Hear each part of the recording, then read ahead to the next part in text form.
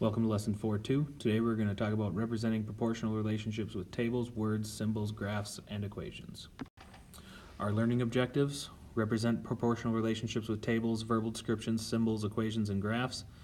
Determine unit rate, constant of proportionality or slope with tables, equations, or graphs, and use equations and graphs to compare fuel efficiency and determine costs of various trips. Here's our introduction. Make sure to read through that before moving on. So ratio and proportions have a fundamental place in mathematics. They are used in geometry, size changes, and trigonometry. This concept expands upon the idea of fractions to include ratios and proportions. A ratio is a fraction comparing two things with the same units. A rate is a fraction comparing two things with different units. You've experienced rates many times: 65 miles an hour, $1.99 per pound, and $3.79 per square yard. You've also experienced ratios. A student-to-teacher ratio always shows approximately how many students one teacher is responsible for in a school. So the first thing we're going to do is we're going to look at this problem. The state dining room in the White House measures approximately 48 feet by 36 feet.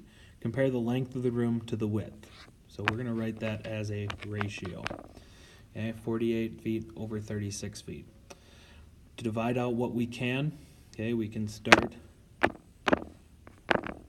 by dividing by 2. We would get 24 over 18. Okay, we can keep going. We get 12 over 9. Now we can take a 3 out, and we would get 4 to 3. So when we are comparing the length of the room to the width, what we would say is we would say that the length is 4/3 the distance of the width. Okay, so that's how we would compare the length to the width. We would say that it is 4/3 of the distance. So just remember, we talked about what a proportion was in 4.1. So remember that a proportion is a statement in which we've got two fractions, a over b and c over d, and those two are equal. So remember, that is what a proportion is. It's where two fractions are equal to each other. So now we're going to look at, is 2/3 and 6/12 a proportion? So we've got 2/3. Is that in fact equal to 6/12? So if you remember from what we did before, if you look, how do we get from 3 to 12? We multiply it by 4.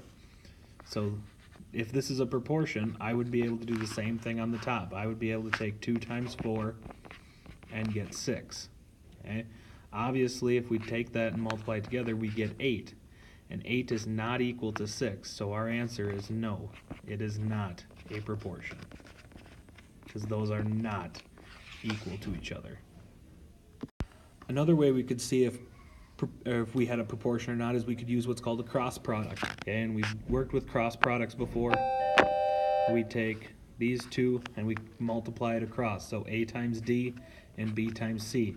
And if they are equal, that means we do in fact have a proportion.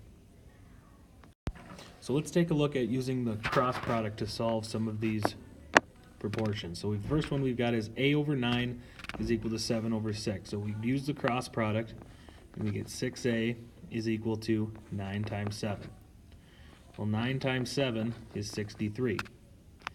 To solve for a, divide both sides by 6, and we get that a is, if you type 63 divided by 6 into your calculator, we get 10.5. So 10.5 would make this a proportion. Moving over here, we've got b over 10 is equal to 4 over 8. Cross multiply again, we've got 8 times b is equal to 10 times 4. So 8 times b is equal to 40. Divide both sides by 8. And b would be equal to 40 divided by 8, which is 5.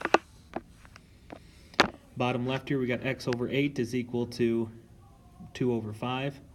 Cross multiply again, we get 5 times x is equal to 8 times 2. 8 times 2 is 16. Divide both sides by 5.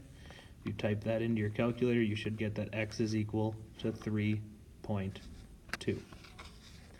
Go ahead and pause the video and do the last one on your own, and then hit play and see how you did. Using cross multiplication, we should have gotten 8y is equal to 36. Divide both sides by 8, and y would be equal to 36 divided by 8, which is 4.5.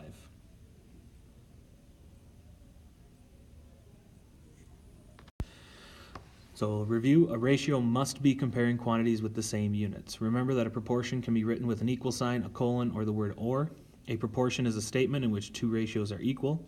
A rate is a special kind of ratio. It compares two types of units, such as dollars and pounds. The rate of change is the change in the y value divided by the change in the x value for 2 points on a graph. And a ratio represents a comparison between two quantities. We can write ratios in fraction form using a colon or using the word to.